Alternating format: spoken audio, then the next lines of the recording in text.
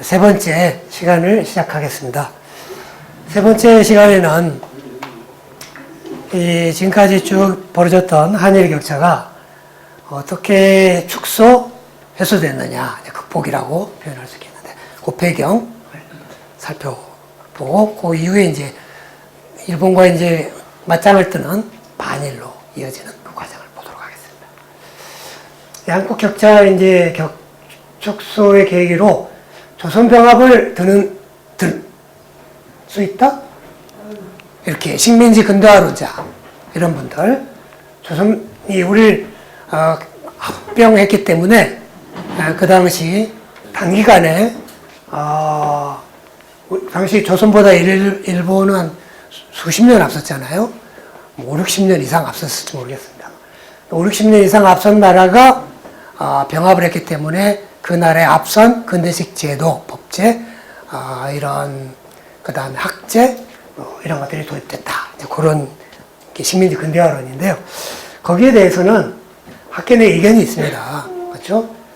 우리 내부에서 자본주의 메가사학다라든가 아까 설명을 드렸습니다만 일제강점기 후반부 7, 8년에 그동안 벌어먹은 거 다 까먹었다. 그런 얘기가 있지 않습니까? 그래서 또 일제 이익 추구가 주된 거고 조선의 발전과 조선의 삶 개선은 부다. 그렇죠? 그래서 결국 보면 우리가 1960년대 이후부터 지난 60여 년 사이에 우리 경험했던 개발 독재와 산업 정책, 이게 가장 강력한 동인 아니겠느냐. 그렇죠? 그 당시 삼성, 현대 등 재벌계 기업 주도하는 수출무역 정책, 재벌기업 청소의 신성화가 감한 유연감 수익, 무역 장벽이 높지 않고 중국 기업에 대두하기 전이라는 대외 호여권, 이러한 것들이 우리 일본 따라잡기에 주된 동인이었다. 그럼 이러한 데 영향을 미친 것은 뭐냐? 인적 자극이라고 볼 수 있겠다. 우리가 내면적으로 바뀌었다. 약화된 주인 의식과 성취 동기가 부활하고 국민들의 의식 구조가 재조직되고 그러면서 잠재 능력이 개발됐다. 이면에는 20세기 초중반에 국권피탈 해방과 국토 분단, 한국전쟁, 미 군쟁으로 이어진 미중의 외국 충격으로 양반 지주 자본가 등의 기득권층의 재반 기반이 붕괴되고 미국식 민주주의 정치가 이식된 그런 사실을 들 수 있겠다. 그 다음에 질적인 측면의 격차 축소. 그러니까 양적인 면에서는 우리가 1인당 GDP다. 이런 것들이 이제 대표적인 양적 지표가 되겠습니다만, 뭐 일본이 4만 달러다. 그럼 우리가 뭐 3만 4, 5천 달러다. 뭐 그래서 일본의 7, 80% 넘어서서 85%, 90%에 근접한다. 그런 얘기는 이제 양적 측면의 얘기고, 질적인 측면의 얘기는 이제 그와 조금 다른 건데, 이런 측면의 격차 축소는 리더나 경영자, 노조, 시민단체의 의식 전환, 구성원 간의 배려, 소통, 증진 등 사회적 자본의 충실화, 질서와 관행의 재정비를 통한 안심되고 안전하고 그런 사회를 만드는 이런 인적이고 정성적인 사안이 아니겠느냐. 추격을 넘어서 일본을 추월하기 위해서는 단계적이고 복합적인 접근으로 차가 더 큰 질적 일수 개선의 노력에 힘을 기울여야 되겠다. 일부 격차를 알려준 것 중 일부에는 역사나 국민성, 사고방식에 따른 주관적인 차이나 차이점일 수 있다. 이런 걸 고려하면 차이는 더 작고 일부에서는 해소되거나 역전됐다라고 볼 수도 있겠다. 참고로 사실 우리가 이런 여러 가지 나라 지도자들이 정책을 펼칠 때는 우리들 자신이나 또 우리들의 후손들의 안전하고 그다음에 자유, 이런 행복의 증진, 이걸 지금 구가하고 있거든요. 헌법조문에 나온 얘기입니다.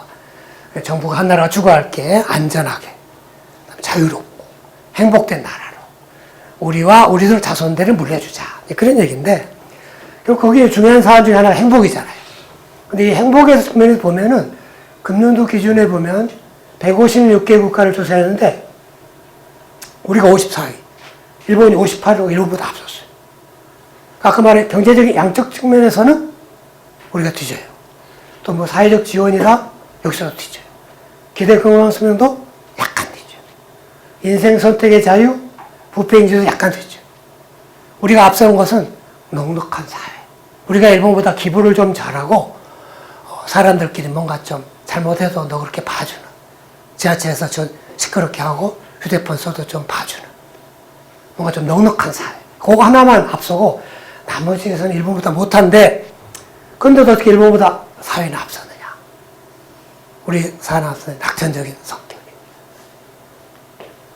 금년에 요 하버드 대학에 삭스 교수 등 3명의 경제학자가 이제 이 지표를 만들어서 조사를 하는데요. 2012년부터 조사하니까 지금 8년째 조사하나요? 근데 금년에 처음으로 어저께 여러분은 어떤 일이 있었습니까? 어저께 일어난 일로 여러분은 기분이 좋았습니까? 안 좋았습니까? 물어보면 우리나라 사람이 웬만하면 특별히 나쁜 일 없으면 괜찮았다. 이렇게 답해. 일본 사람은 별로 안 좋았다. 이렇게 답변을 해요. 비관적인 거예요, 국민성이. 거기서 일본이 점수를 왕창 잃어가지고 우리보다 뒤졌습니다. 우습지만 아무튼 금년에 추가된 지표가 그런 게 있어요. 리더층의 세계관에서는 그 다음에 우리나라 일본을 따라잡는데 사실 우리는 격차가 조선시대 끝날 때까지 해소를 못했잖아요. 극복을 못했잖아요. 최근 지금 빠르게 우리가 하고 있잖아요. 그래서 그럼에도 불구하고 좀 들어봤어요. 저희도 아름다운 역사를 좀 배워야죠. 리더층의 세계관에서는 김충성이라는 사람이 있어요. 임진전쟁 때 항해죠. 우리나라한테 귀순해가지고 조선군으로서 일본군과 싸운 사람인데요. 사야가라고 알려진 사람인데 그 사람을 등용한 조선의 선비들. 어려운 시국인데도 의심스러움에도 불구하고 믿고 썼어. 그 사람이 상당히 기여를 했어요. 병자호론 때까지도 싸웁니다. 그다음 신분제 타파에서는 허길. 상당히 홍길동전을 쓰고 서울 자배를 반대하고 그렇게 해가지고 평등하게 기회를 줘야 된다 라고 주장하다가 거열령을 당했죠. 사지가 찍히는. 그 이유 때문은 아닙니다. 거열령은 임목대비, 영창대골의 어머니인 임목대비를 패배와 관련해서 주장하다가 사형당했습니다. 대동법, 상평통보 통보와 관련해서는 김용, 농업생산성 관련해서는 박서생. 그러니까 박서생은 이제 건의만 했지만 일찍 제안을 했다. 그 다음에 상공인 우대에서는 홍문관. 홍문관이 이제 집행전의 후속기관이라고 했는데, 기관 차원에서 우리 공인, 장인들 우대합시다. 종종 제안합니다. 민생 개선에서는, 주미 영사로 있다가 귀국하면서 철도 모형을 가지고 와서 표준계 채택을 권장한 이하영. 이 사람 아까 친일파 외무 대신 주일대사 한 사람이라 해서 나와 있는데요. 이 사람이 주일대사 외무장관 하기 전에 처음에 미국의 영사관을 파견됩니다. 이완영과 더불어서. 그때 이 사람이 철도에 관심이 많았어요. 그러니까 철도 모형을 가지고 와서 우리나라 고종과 철도국 직원들한테 꼭 우리 조선의 철도를 깔 때는 이 표준계, 선로 구간인 1435mm 표준계라고 해요. 꼭 그걸로 깔아라. 그 당시 일본은 1067mm 협계였거든요. 그러니까 절대 협계는 일본식이고 국제 표준이 아니니까 우리나라 조선의 철도를 깔을 때는 무슨 일이 있어도 표준계를 깔아라. 이 사람이 끝내 고집해요. 자기가 철도 책임자로 잠깐 있을 때도 고집을 했지만 철도 자국 직원을 벗어난 다음에도 계속 쉽게 말하면 요즘 말로 하면 카톡으로 담당자한테 메일을 보내가지고 1등 공신입니다. 그 당시 일본 군부와 공무원들은 웬만하면 협계로 깔려 했거든요. 그 다음에 분권과 공익추구에서는 강양. 그렇죠. 일본 사정을 강양 많이 알린 사람이에요. 우리가 존경하는 일본인도 별로 없지만 일본 사람이 존경하는 한국인, 한반도인 별로 없어요. 왕인, 한자 전에서 딱. 왕인은 중국 사람이라고 알려져 있죠. 이순신 존경합니다. 그렇죠. 자기네들 갖고 싶었는데 못 가. 김연아 존경해요. 자기네들 갖고 싶었는데 못 가졌잖아요. 계속 깨졌잖아요. 아사다 뭐. 그 다음에 존경한 사람의 강항. 네, 제가 볼 때는 강항. 지금 모십니다. 우리나라에서보다 일본에서 훨씬 유명해요. 일본 근대유학의 아버지. 어주시라는 데 가면 A면에 강항 세미나가 주기적으로 열려요. 강항 박물관도 있고. 네. 근데 우리나라에서는 별로 안 좋습니다.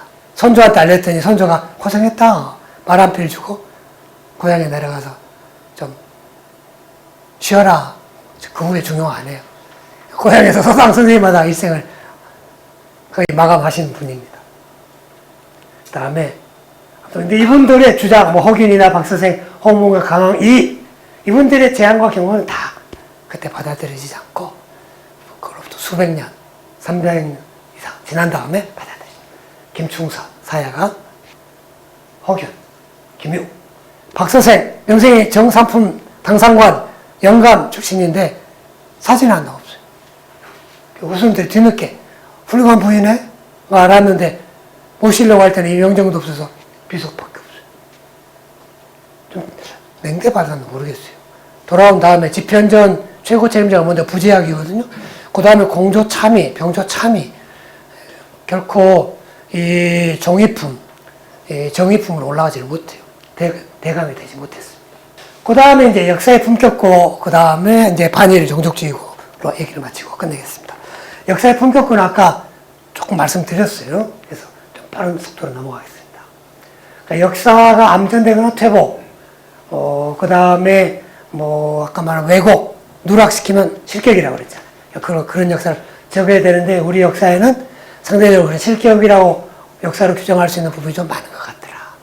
물론 일본도 대일본 제국의 폐막, 그렇죠? 6년 8개월. 미국의 군인의 점령 지배. 이건 어떻게 보면 대실격의 역사죠. 어느 나라나 대실격의 역사가 있습니다.